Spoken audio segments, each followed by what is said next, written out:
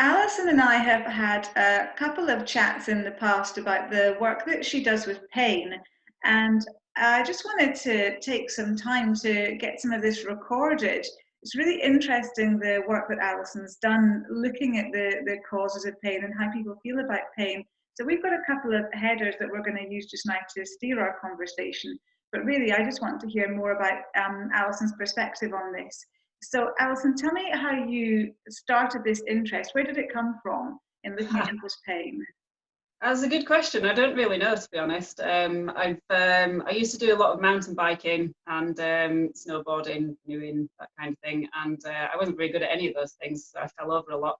And I've seen the inside of quite a few A&Es around the country, and I've spent quite a lot of time rehabbing from various injuries, and I think that's probably where the interest came from. Because obviously, Okay. pain's quite a limiting factor in movement, as you will have come across with your clients as well.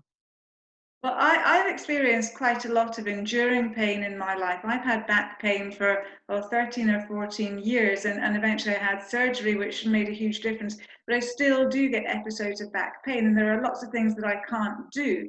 In addition to that, if I don't exercise pretty much every day, I would be in a lot more pain. So I manage the pain, but I know some of the issues. I know that there is a disc that has a tendency to bulge, but that's really about it. I don't really know where the rest of the pain comes from, and it can really kind of present itself at all different places in your body. I think if you're a personal trainer, you use your body a lot, and you can experience a lot of stiffness, which feels like it's pain, but it's just the body responding to the what you've put it through the day before. Um, so can you tell me what kind of things do people say about their pain? How do they explain their pain, and what does it mean? Well, that's a really interesting point, and that's one of my favourite things to do. Actually, is when I'm seeing massage clients, is I let them. I don't give them any pointers, or I don't put any suggestions in their head about what they're feeling. I let them describe to me in their own words. And the most interesting thing for me is that no two people describe it the same. It's a very individual experience. But there are a few things that I hear quite a lot. And one of them is, oh, I'm out of alignment, usually my back. So it's like, oh, my back's out of alignment. Well, when I go to my osteopath, she will say you're out of alignment, and she'll move me, and then I'll feel better. Yes, yes. So it's a very difficult dogma to explain, because that's pretty often the case, especially if it's accompanied, so you manipulated or adjusted, it's accompanied by a crack that you can hear, and then the relief is immediate. So it's very difficult to explain that in any other way other than you've got a joint out of alignment and it's been put back in. But if you think about this, so if one person can push on your body, cause that crack and put a joint back into place, how easy is it going to be to put it back out of place? And if bodies were that fragile, then we'd all be walking about bent over double. So there is no denying that the crack does offer instant relief, but the explanation of what's going on there is inaccurate. I mean, it's fairly recent that the research has found that joints just don't go out of alignment regularly, unless they're dislocated. Obviously, it is possible, but it's quite serious. But the explanations for it from people who were trained before this research was done hasn't moved on.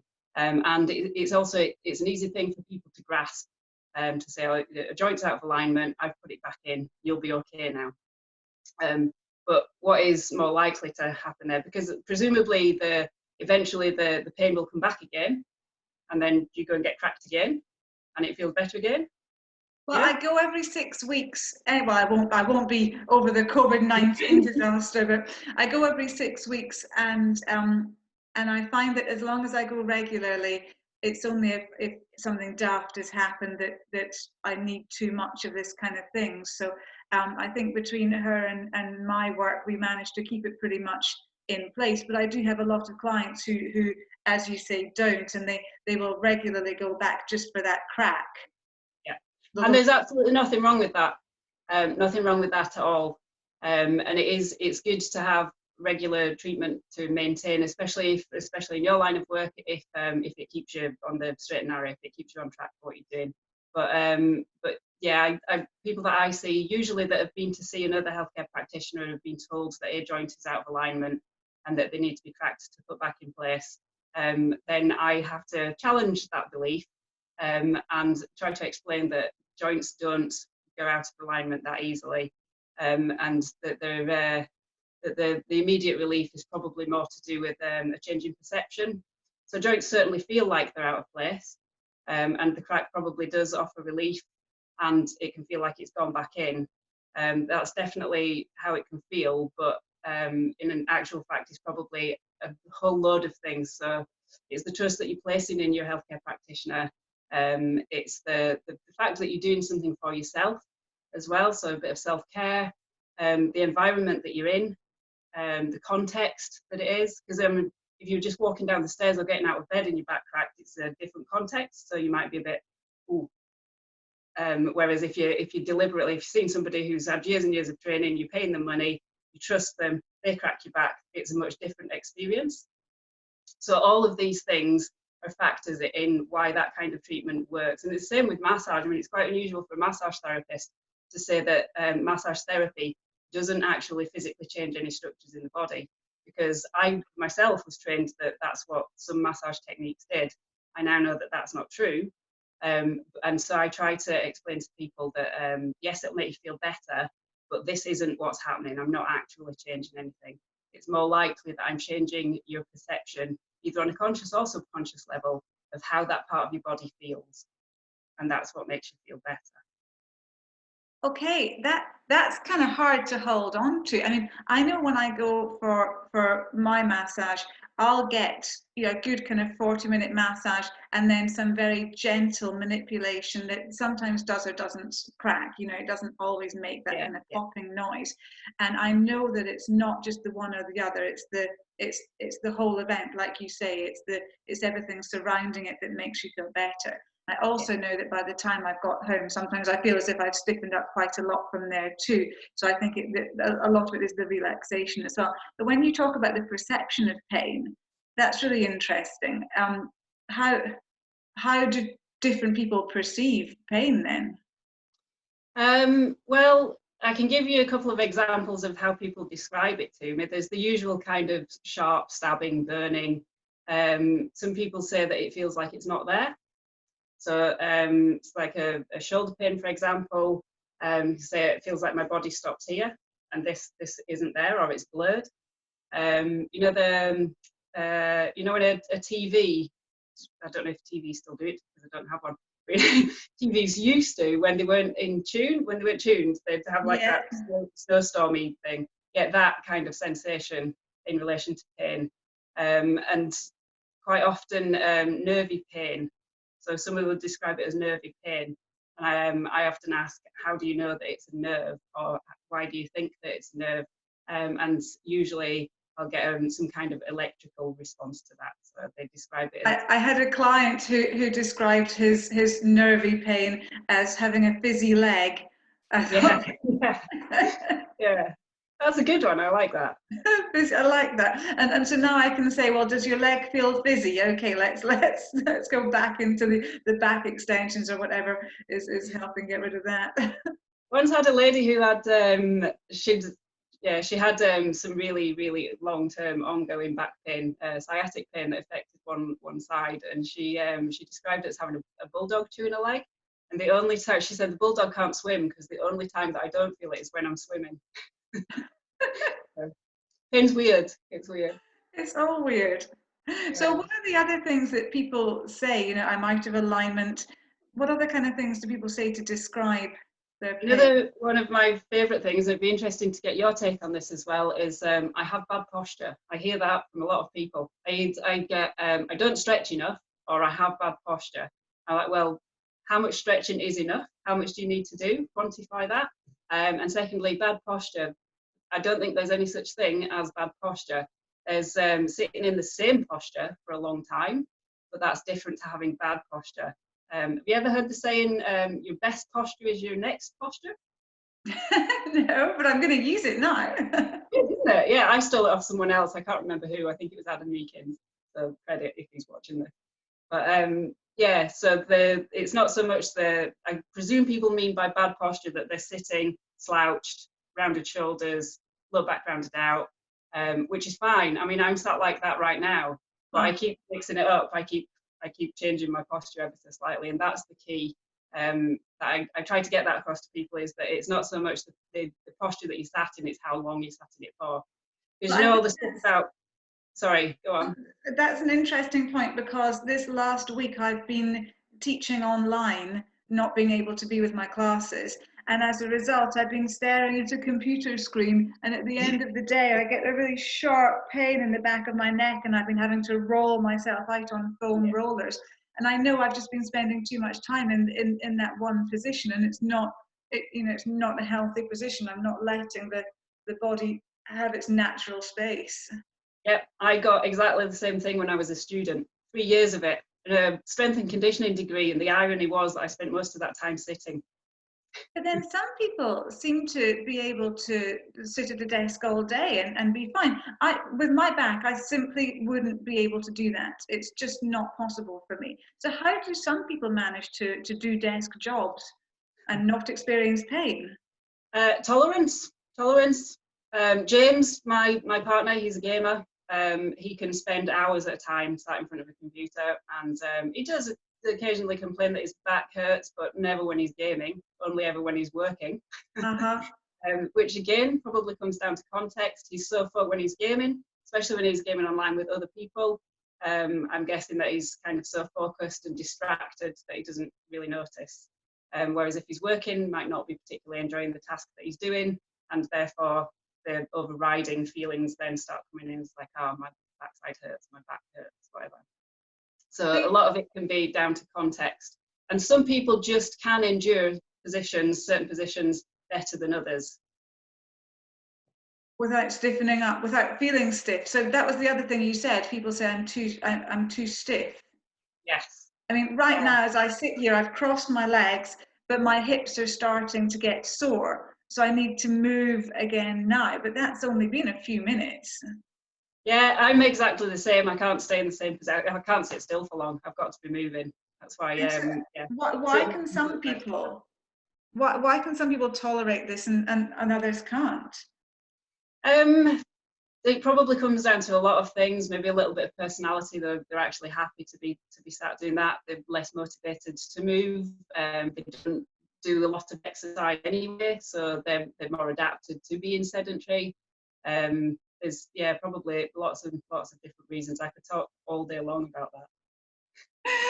So you're saying that because I'm a fidget bum and I can't sit still, if I try to sit still, I end up in pain? Yeah, habit. It's a habit. Some people habitually sit. Some people habitually fidget. We seem to be fidgeters. Definitely, there's always a toe tapping somewhere. Yeah. No, absolutely. My hips. I usually move my hips about like I'm dancing. Yes, I'm very conscious that if I do that, the chair might creak. It might sound a bit strange. I can't hear it yet. So. Yes. So tell me, what's the most difficult thing that you've had to try and tell somebody about their pain? You know, what are the really hard things to get through to people? I have on a couple of occasions I've come across people that have been told by somebody in authority that it's in their head. So they've had a lot of tests, so they've had pain, they've been through various different departments of the NHS and private practice, they've had x-rays and scans and test after test after test, and nothing has been found to be wrong with them. So ultimately, they've been told that it's in their head.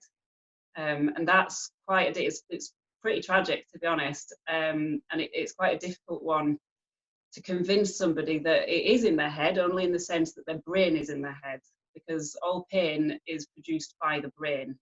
And it's becoming much more widely known now, but it's still a fairly common belief that, I don't know, if you stub your toe, the pain isn't actually in your toe, it's produced in your brain, and a message is sent to your toe, and that's where you feel it. So there's quite a lot to pain. and saying that it's in your head, I think is very, very damaging for the person that's suffering from pain. And it can take quite a long time. So this whole process usually lasts for at least 2 years, people going through test after test after test. And you can't just undo that in a 60-minute session with someone. So it's quite important to bite-sized pieces, just to educate people on what actually pain is. Ask them what it means to them, what does it stop them from doing, what would they like to be able to do, and then coaching them through that so that they can do that without fear. A lot of it is reassurance and some acceptance that they might not be able to do certain things ever again. But as long as they're being proactive and doing all that they can about it, at least they feel better, and hopefully get some improvement in their pain as well. I have had clients in the past who have been told exactly what you say. We can't figure out where your pain is. It must be in your head. And I've coached clients through it to a certain degree. But you're right. The fear is the overriding factor, because having experienced pain for so long, when it's on an even keel, the thought of doing something to send yourself backwards is just too much. And speaking as somebody who has had enduring back pain, there's such a it's not trauma, but there's such a fear about starting on a new pain relieving system only to be disappointed again. You're told, if you do this and you keep doing it, and it's going to take 6 weeks or 8 weeks or 3 months or whatever, but you keep doing it, the pain will go away. And so you religiously do what you're told, and the pain doesn't go away, and you just think, I can't embark on another set of this again.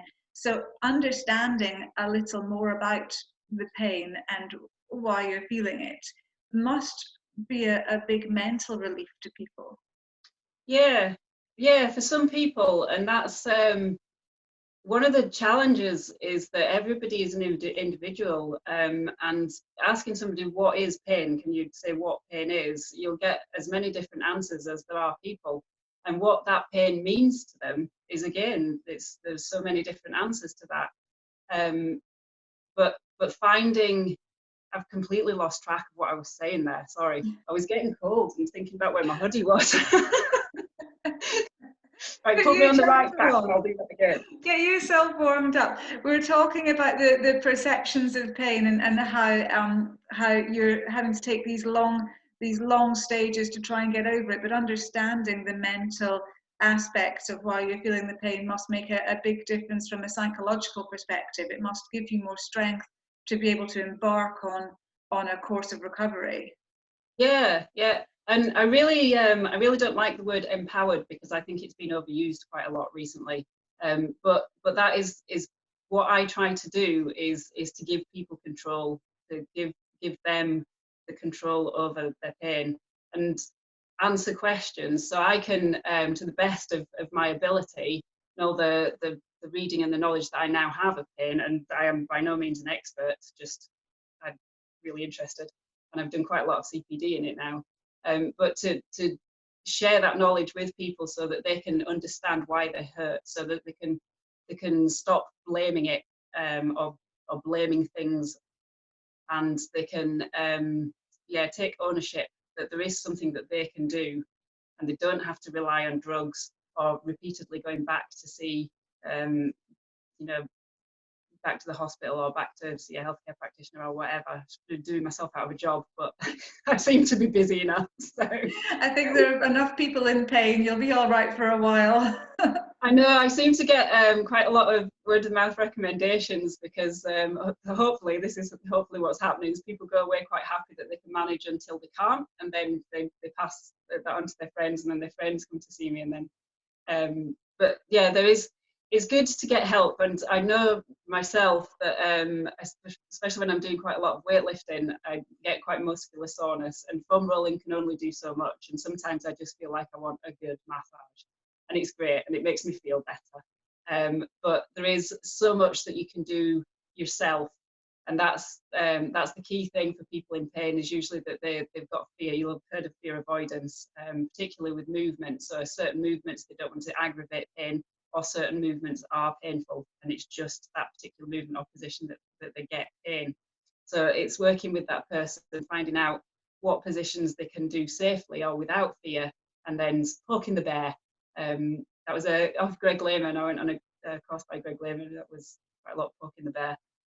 So poking into pain, not taking it into agony, but increasing tolerance, habituating to it, and then hopefully losing the fear and being able to move in control and without worrying about it aggravating or triggering another pain experience. I love that idea of just gentle habituation. I think that's great, just helping people get over their fear and helping people work further into things. It is one area that you've got much more training and experience in, and as a personal trainer, I wouldn't feel comfortable pushing people into that. It's almost taking it into the physiotherapy realm for me. So it's nice to know that there's somebody that I can refer to if I want just somebody brought on in that way, and then they can come back to me and I can use what they've been pushed to do to improve from there. So it sounds like there's a lot of crossover in what we're doing, which is always interesting. Well, thank you. I would just like to definitely point out, I'm not a physiotherapist, though. I do seem to, seems to be a bit of a, what's the word I'm looking for? My brain's giving up now. There's a bit of confusion between what a sports massage therapist does and what a physio does. And obviously a physiotherapist has a degree and can diagnose you. Sports massage therapist diploma can't diagnose you. There's a lot of crossover between how the two work. And since 6 years ago when I qualified as a massage therapist, my kind of area of interest has always gone towards pain. So that's where all my CPD has gone. And so the manual therapy, I still do, obviously, because if you go to see a massage therapist, you expect to be touched. But I also, I kind of focus a lot on explaining why people hurt and what they can do about it for themselves. I think, yeah, that's a really good thing just to clarify, because it's the same with all of us. A lot of people will ask me if I've come from a physiotherapy background or something like that, and I always make it really clear that we can't diagnose. Know, because somebody comes to us all the time, oh, this bit hurts, that bit hurts, and I say, I can't diagnose. I can tell you that this side isn't moving as well as that side, or you're not responding in that side in the same way. But other than that, if you want to find out why, you've got to go and see a physiotherapist and actually get a diagnosis, which I think is a very important thing to clear up. And it's the same with massage and osteopathy. You're not going to diagnose through osteopathy or massage. It needs to be a physiotherapist for that level of information. But that doesn't mean to say that we can't make a difference in the meantime. No, absolutely, and I think a lot of it is how well you get on with a person. Again, it comes down to that reassurance and trust. So you build up a relationship with the client, regardless of what it is, whether it's whether I'm wearing my massage therapist hat or my spender coach hat. You build up a relationship with the client. You get to know them.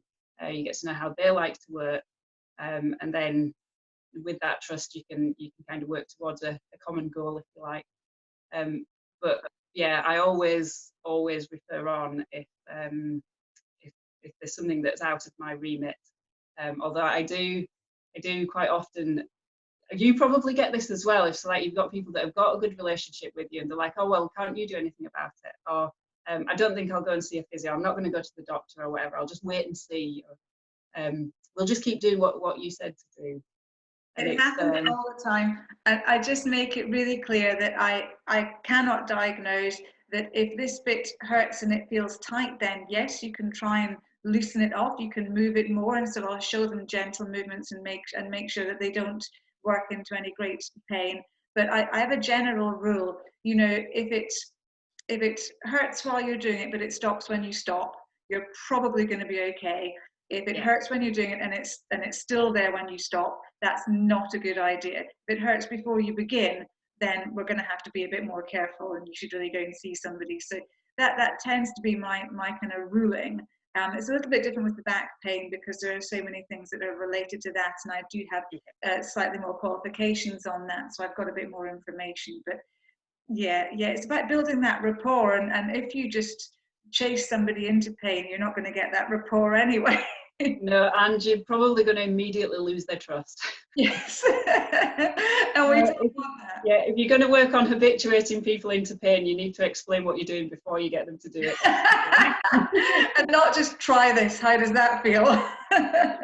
Yeah, my mum has a great saying when I was a kid, and I complained that something hurt when I did. So like, it hurts when I do this. She said, well, don't do it then. And that seemed to work for the most part. Eventually, we end up doing less and less and less until we're just completely immobile. Yeah, and even that hurts. Existing hurts. This has been brilliant. Thank you so much for your time today. I've really appreciated getting your perspective on pain, and I'm glad we took this moment to chat. No, it's been good fun. I quite enjoyed it actually. And I can go on forever about pain. There's, as I say, there's a lot to it, and I've got some brilliant resources, most of which are free. I can send you some links to some useful information. We If can make sure anybody's that all of the links are, we can add the links to our video so that people can chase up on those as well. That would be great. Yeah, because if anybody's suffering from chronic pain and doesn't know where to turn, I've got just tons of resources for all kinds of pain and how to manage it. Brilliant. Thank you. Thank you.